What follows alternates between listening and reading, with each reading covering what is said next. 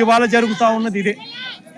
నేను ఒకటే చెప్తా ఉన్నా, ఈరోజు ఎంత దయనీయమైన పరిస్థితిలో, ఎంత హేయమైన పరిస్థితిలో ఈ వెన్నుపోటు పార్టీ పాలనలో ఇవాళ పాలన జరుగుతూ ఉందని చెప్పడానికి ఇంకొక ఎగ్జాంపుల్ చెప్తా.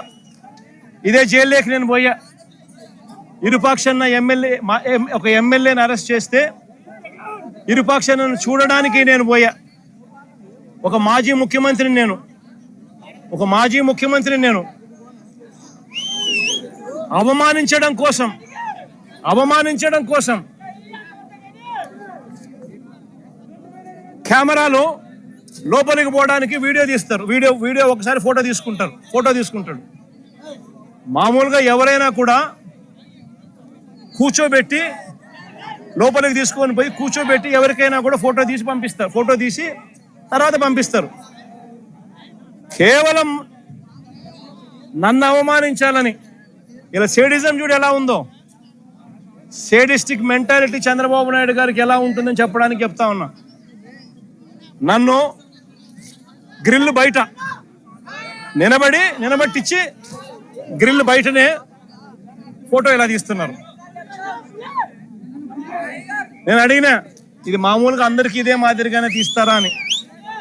ఎందుకనంటే మా ప్రభుత్వ హయాంలో రిఫార్మ్స్ తీసుకొచ్చినాం. పీపుల్ ఫ్రెండ్లీ పోలీస్ స్టేషన్ ఏర్పాటు చేసినాం. పోలీస్ స్టేషన్కి ఎవడైనా వచ్చినా కంప్లైంట్ ఇవ్వడానికైనా కానీ ఇంకొకటికైనా కూడా కూర్చోబెట్టి కర్టసీ ఎక్స్టెండ్ చేసి చిక్కటి చిరునవ్వుతోనే కంప్లైంట్ తీసుకునే వ్యవస్థను మేము తీసుకొచ్చినాం.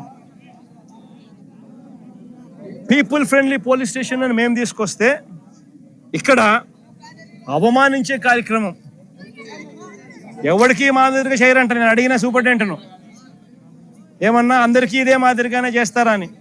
లేదు సార్, అందరినీ మామూలుగా అయితే కూర్చోబెడతాము, మీరు కాబట్టి నిలబెట్టించి మాదిరిగా చేయాలా అని చెప్పి ఆదేశాలు వచ్చినాయి సార్ అంటాడు.